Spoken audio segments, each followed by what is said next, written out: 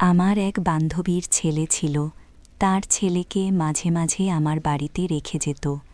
আমি একজন বিধবা ছিলাম এবং আমার অনেক না বলা অনুভূতি ছিল, যেগুলো বহু বছর ধরে মনের মধ্যে চাপা রয়ে গেছে। একদিন সেই ছেলেটিকে দেখার পর আমার মধ্যে কিছু অনুভূতি জাগতে শুরু করে। ছেলেটি দেখতে বেশ সুন্দর এবং সুদর্শন ছিল, যা আমাকে আকর্ষিত করেছিল। কিছুক্ষণ পর আমার মন খারাপ হতে শুরু করল। আমার ইচ্ছা আর আবেগগুলোকে সামলানো কঠিন হয়ে যাচ্ছিল। আমি ভুল করে একটা সিদ্ধান্ত নিলাম, আর একদিন ভাবলাম তার খাবারে কিছু ঘুমের ওষুধ মিশিয়ে দেই। তারপর আমি তার খাবারে ঘুমের ওষুধ মিশিয়ে দিলাম। সেই খাবার খাওয়ার পর সে আমার কাছে এসে বলল তার শরীরটা একটু অস্বস্তি লাগছে। তার এই কথা শুনে আমার মুখে এক ধরনের রহস্যময় হাসি ফুটল। আমি তাকে আমার ঘরে ঘুমাতে বললাম। তারপর আমি হঠাৎ করে ঘরের আলো নিভিয়ে দিলাম। তারপর তাকে আমি আমার বান্ধবীকে বললাম, আজ কুণালকে রাতটা আমার বাড়িতে থাকতে হবে, কারণ অফিসের কাজ কিছুটা বেড়ে গেছে। আমার বান্ধবী আমার ওপর পুরোপুরি ভরসা করত, তাই সে একটুও সন্দেহ প্রকাশ করল না। কুণাল যখন রাতে আমার বাড়িতে এলো, তখন তার মেজাজ ছিল বেশ ভালো। আমি আগেই ঠিক করেছিলাম যে আজ কুণালের সাথে আরও কাছাকাছি আসার জন্য কিছু পরিকল্পনা করব, যাতে সে আমার থেকে দূরে যেতে না পারে। রাতের খাবার শেষ হওয়ার পর আমি আমার ঘরটি সুন্দর করে সাজিয়ে রাখলাম। আমার মনে ইচ্ছে ছিল যে আজ আমি আমার মনের কথাগুলো কুণালের কাছে প্রকাশ করব। বন্ধুরা, রেডি হয়ে যাও। আজকের গল্পটা অনেক বেশি স্পেশাল। আর দয়া করে গল্পগুলো ভালো লাগলে ভিডিওটি লাইক, শেয়ার এবং চ্যানেলটি সাবস্ক্রাইব করো প্লিজ। আমার নাম প্রিয়া। আমি এখন 60 বছর বয়সী মহিলা, কিন্তু আজকের এই গল্পটি তখনকার, যখন আমি মাত্র 25 বছর বয়সী ছিলাম। আমি তখন দেখতে অনেক সুন্দর ছিলাম, আর নিজেকে আরও সুন্দর দেখাতে আমি বিভিন্ন ধরনের পোশাক পরতাম, যাতে করে ধনী ছেলেরা আমাকে পছন্দ করে, কারণ আমি ধনী বা বড়লোক ঘরের ছেলেদের ভীষণ ভালোবাসতাম। যদিও আমি ছিলাম গরিব ঘরের মেয়ে, আমি এক সাধারণ পরিবারের মেয়ে, কিন্তু আমার মন সবসময় বড়লোকদের জীবনধারার প্রতি আকৃষ্ট হতো। যখন আমি কলেজে যেতাম, তখনও আমি বড়লোক ঘরের ছেলেদের প্রতি বিশেষ আকর্ষণ অনুভব করতাম। তাদের স্টাইল, তাদের জীবনযাপন আমাকে মুগ্ধ করত। আমার সৌন্দর্য দিয়ে আমি অনেকের নজর কেড়েছিলাম। আমার মা আমাকে বারবার বোঝাতেন, যা কিছু ঈশ্বর আমাদের দিয়েছেন তাতেই সন্তুষ্ট থাকা উচিত। কিন্তু আমার মনে অতিরিক্ত চাহিদা ছিল, যা পরে আমার জীবনে অনেক কঠিন পরিস্থিতি সৃষ্টি করেছিল। আমি যখন কলেজে পড়তাম, তখন পড়াশোনা শেষ হওয়ার পর মা বাবা আমাকে বলতেন যে তারা আমার জন্য একজন পাত্র খুঁজছেন। আমার এতটুকু বিশ্বাস ছিল যে তারা হয়তো গ্রামের কোনো ছেলে খুঁজবেন, যার মাসিক আয় 15,000 টাকা হবে। কিন্তু আমার মনের গোপন ইচ্ছা ছিল আমি এমন কাউকে বিয়ে করব যে ধনী, যাতে কখনো আমাকে দরিদ্রতার জীবন কাটাতে না হয়। প্রত্যেক মেয়ের মতো আমারও অনেক স্বপ্ন ছিল, যেগুলো পূরণ করতে চেয়েছিলাম, কিন্তু আমাদের অর্থনৈতিক অবস্থার কারণে সেই স্বপ্ন পূরণ করা সম্ভব হচ্ছিল না। তাই কলেজে যাওয়ার সময় আমি নিজেকে সুন্দরভাবে উপস্থাপন করতাম, যাতে ছেলেরা আমাকে আকর্ষণীয়ভাবে দেখে। আমার সৌন্দর্য এবং পোশাকের প্রতি বিশেষ যত্ন নিতাম, যাতে কেউ আমার পরিবারের অর্থনৈতিক দুর্বস্থা বুঝতে না পারে। এইভাবেই আমার জীবন চলছিল। তখনই আমার পরিচয় হয়েছিল আরিয়ানের সঙ্গে। আরিয়ান আমাদের কলেজের ছাত্র ছিল এবং সে খুব ধনী পরিবারের ছেলে ছিল। আরিয়ান এক সাধারণ দেখতে ছেলে হলেও তার পরিবার ছিল অত্যন্ত ধনী। যখন আমি জানতে পারলাম সে এত বড়লোক পরিবারের সন্তান, তখন থেকেই আমি মনস্থির করলাম তাকে আমার প্রতি এমনভাবে আকৃষ্ট করব যে সে নিজে থেকেই আমার কাছে আসবে।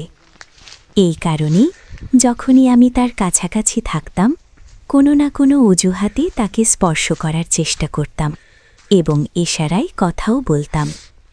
আমার সৌন্দর্যের কারণে অনেক ছেলেই আমাকে পছন্দ করত। আরিয়ানও আস্তে আস্তে আমার প্রতি আকৃষ্ট হয়ে পড়ল। সময়ের সঙ্গে সঙ্গে আমিও তাকে গভীরভাবে ভালোবেসে ফেললাম। আরিয়ানও আমার প্রতি আকৃষ্ট হয়ে গেল। একদিন কলেজের মধ্যে সে সবার সামনে আমাকে প্রপোজ করল, যা দেখে আমি দারুণ খুশি হয়েছিলাম। আরিয়ান ধনী পরিবারের ছেলে হলেও তার স্বভাব ছিল অন্যদের থেকে একেবারে আলাদা। তার মধ্যে একটুও ধন সম্পদের অহংকার ছিল না। এরপর থেকে আমি প্রায়ই বন্ধুবান্ধবদের নাম করে বাড়ি থেকে বের হতাম এবং আরিয়ানের সঙ্গে পুরো রাত ঘুরে বেড়াতাম। আমি ছোটবেলা থেকেই খুবই চতুর ছিলাম, তাই আমি চেয়েছিলাম আরিয়ান নিজেই আমাকে বিয়ের প্রস্তাব দেক। সেই উদ্দেশ্যে একদিন আমি একটা পরিকল্পনা করলাম। একদিন আমি আরিয়ানকে ফোন করলাম এবং ফোন করে জোরে জোরে কাঁদতে শুরু করলাম। আমি বললাম আমার জীবন নিয়ে একটা বড় বিপদে পড়েছি। আমি আরিয়ানকে জানালাম যে মা বাবা জোর করে আমার বিয়ে অন্য এক ছেলের সঙ্গে ঠিক করছেন। এটা শোনার পর আরিয়ান পুরোপুরি আতঙ্কিত হয়ে গেল। সে বলল, প্রিয়া, আমি তোমাকে গভীরভাবে ভালোবাসি আর আমি তোমাকে বিয়ে করতে চাই। এই কথা শুনে আমার মনে ভেতরে ভেতরে আনন্দে ভরে গেল। যেটা আমি চেয়েছিলাম তা আস্তে আস্তে পূর্ণ হতে চলেছিল। তারপর আরিয়ান বলল, প্রিয়া, তুমি একটু চিন্তা করো না। আজ রাতেই আমি আমার মা বাবাকে নিয়ে তোমার বাড়িতে আসব এবং আমাদের বিয়ের কথা বলবো। এই কথা বলেই আরিয়ান ফোন রেখে দিল। ফোন রেখে আমি আনন্দে নাচতে শুরু করলাম। রাত হয়ে আসছিল আর আমি অধীর আগ্রহে আরিয়ানের অপেক্ষা করছিলাম। রাত ৮টা বেজে গেল, কিন্তু আরিয়ানের কোনো খোঁজ নেই। আমি বারবার দরজার দিকে তাকাচ্ছিলাম। ঠিক তখনই মা এসে জিজ্ঞাসা করলেন, কি হলো প্রিয়া, কেউ কি আসছে? আমি সঙ্গে সঙ্গে বললাম, না না মা, এমনি দেখছিলাম।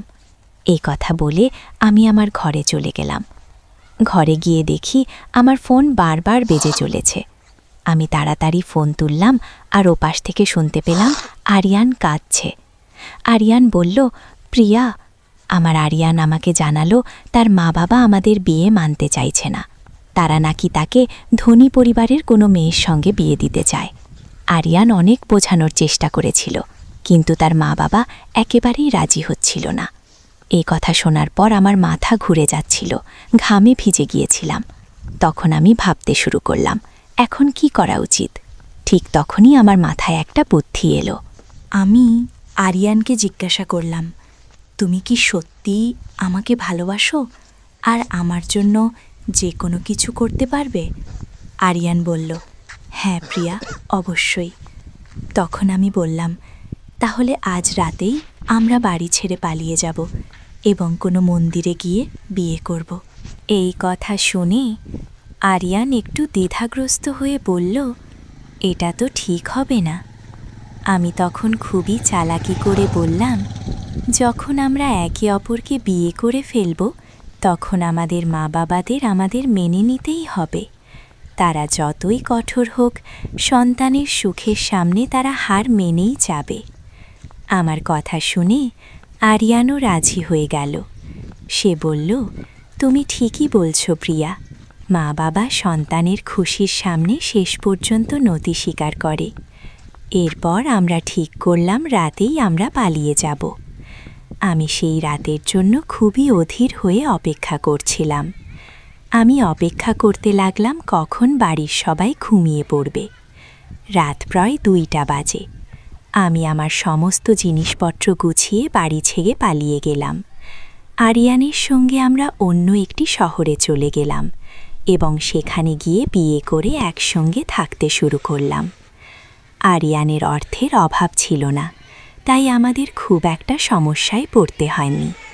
পুরো 1 মাস আমরা কেউই বাড়ির সঙ্গে কোনো যোগাযোগ রাখিনি, না আমি না আরিয়ান। আরিয়ানের মা বাবা তাকে বারবার বলছিলেন, তুমি যার সঙ্গে বিয়ে করতে চাও আমরা তাতে রাজি আছি, শুধু ফিরে এসো। আমি জানতাম আরিয়ানের পরিবারের অনেক সম্পত্তি আছে, যা আমি হাতছাড়া করতে চাইনি। তাই আমি আরিয়ানকে বোঝাতে লাগলাম আমাদের ফিরে গিয়ে নতুন জীবন শুরু করা উচিত। আমি আরিয়ানকে বললাম, তোমার মা বাবা যেহেতু আমাদের ফিরতে বলছে, আমাদের ফিরে যাওয়া উচিত। আমরা যখন বাড়ি ফিরছিলাম তখন জানতে পারি যে আমার শ্বশুর কাজের জন্য বাইরে গিয়েছিলেন এবং ফেরার পথে একটি সড়ক দুর্ঘটনায় তার মৃত্যু হয়েছে। আমাদের দেখে আমার শাশুড়ি কান্নায় ভেঙে পড়লেন। তিনি বললেন, আরিয়ান, তোমার চলে যাওয়ার পর আমাদের জীবনে এত বড় বিপর্যয় নেমে এসেছে। আমি ভাবতেই পারিনি যে তুমি এই মেয়ের জন্য এত পাগল হয়ে যাবে যে নিজের মা বাবাকেও ভুলে যাবে। আজ দেখো, তোমার বাবাও আর আমাদের মধ্যে নেই। এই কথা শুনে আরিয়ান ভেতরে ভেতরে ভীষণ ভেঙে পড়ল। তারও মনে দুঃখ, অনুশোচনা ভর করল। আমি তখন তার পাশে দাঁড়িয়ে তাকে সাহস দিচ্ছিলাম। আমি বললাম, যদি তোমার মা বাবা আগে থেকেই আমাদের সম্পর্ক মেনে নিত, তাহলে হয়তো আমাদের এই কঠিন পদক্ষেপ নিতে হতো না। এতে তোমার কোনো দোষ নেই। এভাবে কিছুদিন কেটে গেল। আরিয়ান তার কাজে ব্যস্ত থাকত আর আমি বাড়ির কাজকর্ম করতাম। আমার শাশুড়ির স্বাস্থ্য দিন দিন খারাপ হচ্ছিল। একদিন আরিয়ান তার মাকে ডাক্তারের কাছে নিয়ে যাচ্ছিল, কিন্তু পথে তাদের গাড়ির দুর্ঘটনা ঘটে এবং সেই দুর্ঘটনায় আরিয়ান ও তার মা দুজনেই প্রাণ হারান। ঠিক সেই সময় খবরটা পেলাম যখন আমি ভেতর থেকে একদম ভেঙে পড়লাম। আমার সাজানো গোছানো জীবন যেন মুহূর্তের মধ্যেই ভেঙে চুরমার হয়ে গেল। কিন্তু আমার মনের মধ্যে যে ইচ্ছাশক্তি ছিল তা এখনও টিকে ছিল, কারণ আমি তখনও যুবতী ছিলাম এবং আমার সৌন্দর্যেও কোনো অভাব ছিল না। এর বেশ কিছুদিন পরের ঘটনা। আমি একা একাই জীবন কাটাচ্ছিলাম, কিন্তু হঠাৎ একদিন জানতে পারলাম আমার পেছনের গলিতে আমার পুরনো এক বন্ধু তার ছেলের সঙ্গে থাকে। তার স্বামীও হার্ট অ্যাটাকে মারা গিয়েছিল, আর সে একাই তার সংসার সামলাচ্ছিল। আমাদের দেখা হওয়ার পর আমরা একে অপরের সঙ্গে নিজেদের জীবন নিয়ে কথা বললাম এবং ধীরে ধীরে আমাদের মধ্যে বন্ধুত্ব আরও গভীর হল। আমার বান্ধবী খুব মন খারাপ করে নিজের কষ্টের কথা বলছিল এবং কাঁদছিল। কিন্তু সে আমাকে বলতে লাগল, তোমার কাছে এখনো কিছু টাকা আছে, অথচ আমার কাছে এক পয়সাও নেই। আমাকে তো অন্যের বাড়িতে গিয়ে বাসন মাজার কাজ করতে হয়। আমার একটা যুবক ছেলে আছে, যাকে আমি অনেক কষ্টে পড়াশোনা করিয়েছি। আমি চাই তার পরের পড়াশোনাও সম্পূর্ণ করতে পারি। আমি তখন আমার বান্ধবীকে জিজ্ঞেস করলাম, তোমার ছেলে কোথায়? তখনই সে ঘরের মধ্যে থেকে ছেলেকে ডাকল, কুনাল, বাইরে এসে একবার তোমার আন্টির সাথে দেখা করো, ও আমার শৈশবের বন্ধু। কুনাল যখন বাইরে এলো, তাকে দেখে আমি অবাক হয়ে গেলাম। সে দেখতে ছিল খুবই আকর্ষণীয়, আর আমি তার রূপে পুরোপুরি মুগ্ধ হয়ে গিয়েছিলাম।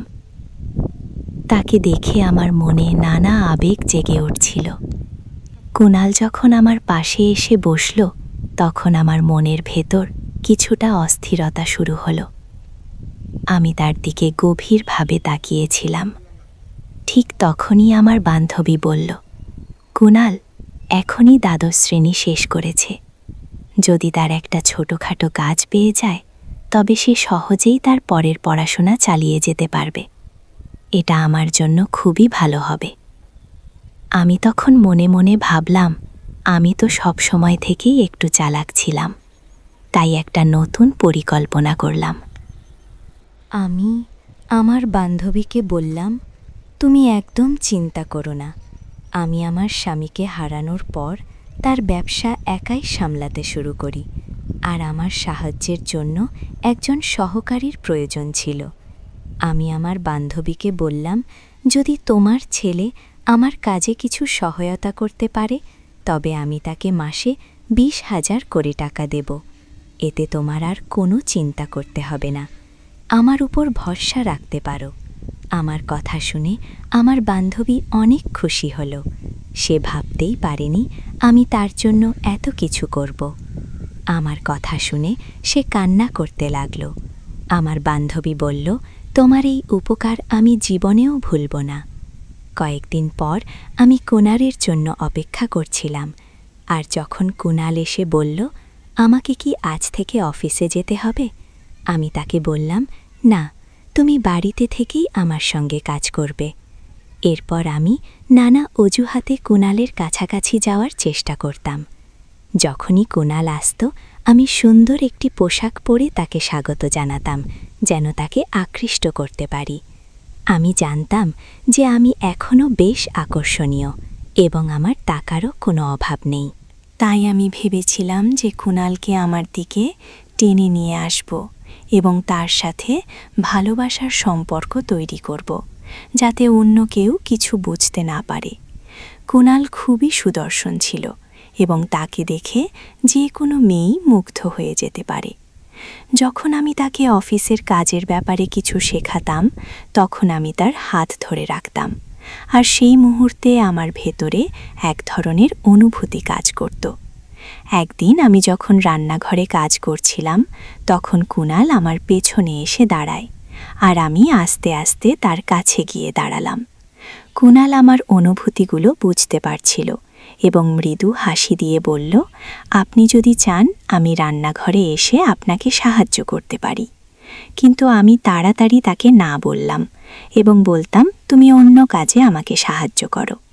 যখন সে জিজ্ঞেস করত যে সেই অন্য কাজ কি, আমি হাসি মুখে বলতাম, সেটা আমি শীঘ্রই তোমাকে জানাবো। কুনালের প্রতি আমার আগ্রহ দিন দিন বেড়ে যাচ্ছিল এবং ওকে ছাড়া কিছুই ভাবতে পারতাম না। ওর কাছাকাছি আসার জন্য আমি নানা রকম উপায় খুঁজতে লাগলাম। কখনো ইচ্ছে করে কাজ করার সময় কিছু ফেলে দিতাম, আবার কখনো সাধারণ পোশাকে চলাফেরা করতাম। কিন্তু এই ধরনের ছোট ছোট চেষ্টাগুলোতে আমি আর সন্তুষ্ট হতে পারছিলাম না। এখন আমি চেয়েছিলাম যে কোনোভাবে কুনালের মনটা পুরোপুরি জয় করতে। কুনাল অফিসের কাজের জন্য প্রায়ই আমার বাসায় থাকত। আমি তার অনেক দেখভাল করতাম। তার মা মানে আমার বান্ধবী আমাকে অনেক বিশ্বাস করত, কিন্তু সে জানত না যে আমি তার ছেলেকে মন থেকে ভালোবেসে ফেলেছিলাম। আমি চাইতাম কুনাল আমার হোক, কিন্তু আমি কখনো সেটা প্রকাশ করতে পারিনি। আমার স্বামী মারা যাওয়ার অনেক বছর কেটে গেছে। আমি এখনও একাই জীবন কাটাচ্ছি। প্রতিবার যখন আমি কুনালকে দেখতাম, আমার মন অস্থির হয়ে উঠত, আর আমি সঠিক ভুলের পার্থক্য ভুলে যাচ্ছিলাম। কুনালের প্রতি আমার এমন মায়া তৈরি হয়েছিল যে আমি আর কিছু বুঝতে পারছিলাম না। একদিন আমি সিদ্ধান্ত নিলাম যে আমি আমার বান্ধবীকে বললাম, আজ কুনালকে রাতটা আমার বাড়িতে থাকতে হবে, কারণ অফিসের কাজ কিছুটা বেঁধে গেছে। আমার বান্ধবী আমার উপর পুরোপুরি ভরসা করত, তাই সে একটুও সন্দেহ প্রকাশ করল না। কুনাল যখন রাতে আমার বাড়িতে এলো, তখন তার মেজাজ ছিল বেশ ভালো। আমি আগেই ঠিক করেছিলাম যে আজ কুনালের সাথে আরও কাছাকাছি আসার কিছু পরিকল্পনা করব, যাতে সে আমার থেকে দূরে যেতে না পারে। রাতের খাবার শেষ হবার পর আমি আমার ঘরটি সুন্দর করে সাজিয়ে রাখলাম। আমার মনে ইচ্ছা ছিল যে আজ আমি আমার মনের কথাগুলো প্রকাশ করব এবং নিজের অনুভূতিগুলোর প্রশান্তি পাব। আজ আমি ঠিক করেছিলাম যে সব স্বপ্ন আমার মনের গভীরে রয়ে গিয়েছিল, সেগুলো পূরণ করার চেষ্টা করব। আমার অনুভূতিগুলো ধীরে ধীরে বাড়তে লাগল। আমি একটি ছোট পোশাক পরেছিলাম, যেটাতে আমাকে বেশ আকর্ষণীয় লাগছিল। রাতের খাবারের পর আমি কুনালের জন্য চা নিয়ে এলাম এবং সেই চায়ে আমি আগেই কিছুটা ঘুমের ওষুধ মিশিয়ে রেখেছিলাম, যাতে কুণাল চা পান করার পর দ্রুত ঘুমিয়ে পড়ে। আমি পুরোপুরি কুণালের প্রতি মোহিত হয়ে গিয়েছিলাম এবং তার প্রতি আমার আকর্ষণ আমাকে অন্য কিছু ভাবতে দিচ্ছিল না। যখন আমি কুণালকে চা দিলাম, তখন সে বলল যে সে একটু তৃষ্ণার্ত অনুভব করছে। তাই আমি রান্নাঘরে গিয়ে পানি আনতে গেলাম। ফিরে এসে কুণাল বলল যে সে চা খেয়ে নিয়েছে। তার কথা শুনে আমার মুখে একটা রহস্যময় হাসি ফুটে উঠল, কারণ আমি জানতাম চা খাওয়ার পর তার দ্রুত ঘুমিয়ে পড়ার সম্ভাবনা রয়েছে। কিছুক্ষণ পর কুণাল বলল তার খুব ঘুম পাচ্ছে, আর তখন আমি তার হাত ধরে তাকে ঘরের ভেতর নিয়ে গিয়ে শুয়ে দিলাম। আমার মন ভেতরে ভেতরে অপেক্ষা করতে লাগল আজ আমার স্বপ্নগুলো পূর্ণ হবার জন্য। সে প্রায় ঘুমিয়ে পড়েছিল। যখন ঘরের আলো বন্ধ করলাম, আলো বন্ধ করার সাথে সাথে আমি কুণালের দিকে এগিয়ে যেতে শুরু করলাম। ঠিক তখনই কুণাল হঠাৎ আমাকে পিছনে ঠেলে দিল। আমি হতভম্ব হয়ে গেলাম। কুণাল বলল, আপনি কি করছেন? আমি বললাম, তোমার ঘুম আসেনি? কুণাল তখন বলল, আপনি যা ভাবছিলেন সেটা কখনোই হবে না। আমি জানতাম আপনি কিছু ভুল করতে চাইছেন। আমি যখন থেকে আপনার সঙ্গে কাজ করছি তখন থেকেই আমি আপনার মধ্যে এক অদ্ভুত পরিবর্তন লক্ষ্য করেছি। আপনি প্রায় অজুহাত দিয়ে আমার কাছে আসতেন। আমি ভাবতাম এটা হয়তো আমার কল্পনা, কিন্তু আমি এতটা ছোট নই যে বুঝতে পারবো না কে আমার সঙ্গে কি করতে চাইছে। কুণাল আরও বলল, আপনার লজ্জা হওয়া উচিত। আপনি আমার মায়ের মতন এবং আমার মায়ের বন্ধুও। আপনি কিভাবে আপনার বান্ধবীর ছেলের সঙ্গে এমন ব্যবহার করতে পারেন? কুণালের কথা শুনে আমি বললাম, আমি শুধু তোমাকে ভালোবেসেছিলাম, এ কারণেই তোমার সঙ্গে এমন করেছি, কিন্তু আমার এর বাইরে অন্য কোনো খারাপ উদ্দেশ্য ছিল না। তুমি চাইলে আমি তোমাকে মাসে 5,000 করে টাকা দিতে পারি, শুধু পুরোপুরি আমার হও। আমি যেন নিজেকে হারিয়ে ফেলছিলাম, পুরোপুরি পাগলের মতো আচরণ করছিলাম। ঠিক তখনই আমি আরও এগিয়ে যাওয়ার চেষ্টা করতেই কুণাল হঠাৎ এসে আমাকে একটি শক্ত চড় মারল। আমি অবাক হয়ে গেলাম, আর কুণাল বলল, আমি আপনাকে বারবার বোঝানোর চেষ্টা করছি যে আমি আপনার ছেলের সমান। আপনি কিভাবে এমন কিছু করতে পারেন? তারপর কুণাল বলল, আমি আগেই এই ঘরে ক্যামেরা বসিয়ে রেখেছি, যাতে এখানে যা কিছু ঘটবে সব ভিডিওতে রেকর্ড হয়। আপনি যদি আমার বা আমার মায়ের বিরুদ্ধে কিছু করতে যান, তবে এই ভিডিওটি আমি পুরো পাড়ার লোকজনকে দেখিয়ে দেব। কুণাল যখন এসব কথা বলল, তখনই আমার মাথায় যেন বাজ পড়ল। আমি ভয়ে কাঁপতে শুরু করলাম আর হাত জোর করে বলতে লাগলাম, প্লিজ, এসব ব্যাপারে পাড়ার লোকজন জানলে আমি এখানে আর থাকতে পারবো না। আমার সম্মান পুরোপুরি নষ্ট হয়ে যাবে। আজ আমার চতুরতা আমাকেই ফাঁসিয়ে দিল। আমি কুণালের কাছে বারবার অনুরোধ করতে লাগলাম, তুমি দয়া করে ভিডিওটি মুছে ফেলো। আমি আর কখনো তোমার সঙ্গে কিছু ভুল করার কথা চিন্তা করব না। অনেকক্ষণ তর্ক বিতর্কের পর কুণাল অবশেষে ভিডিওটি মুছে দিল এবং বলল, মনে রেখো, তোমার আর আমার মায়ের সঙ্গে কোনো সম্পর্ক থাকবে না। তুমি তোমার নিজের জগতে খুশি থাকো। আমাদের বাড়িতে আর কখনো আসার চেষ্টা করো না। আর হ্যাঁ, তুমি চিন্তা করো না, আমি আমার মাকে এসব কিছুই বলবো না। এই কথা বলেই কুণাল রাগ করে চলে গেল। আমি চুপচাপ বসে কাঁদতে থাকলাম। আমার ভুলের জন্য এখন আমি খুব অনুশোচনা করছিলাম। আজ প্রথমবার আমার চালাকি আমাকেই বিপদে ফেলল। আমি সারা জীবন শুধু চতুরতা করে এসেছি, কিন্তু আজ প্রথমবার কেউ আমার সঙ্গে চালাকি করে চলে গেল। সত্যিই বলে না, চতুরতা সবসময় কাজে আসে না, একদিন তার মূল্য দিতে হয়। আর আজ সেটাই আমার জীবনে ঘটল। গল্পটা কেমন লাগলো জানাতে ভুলবে না।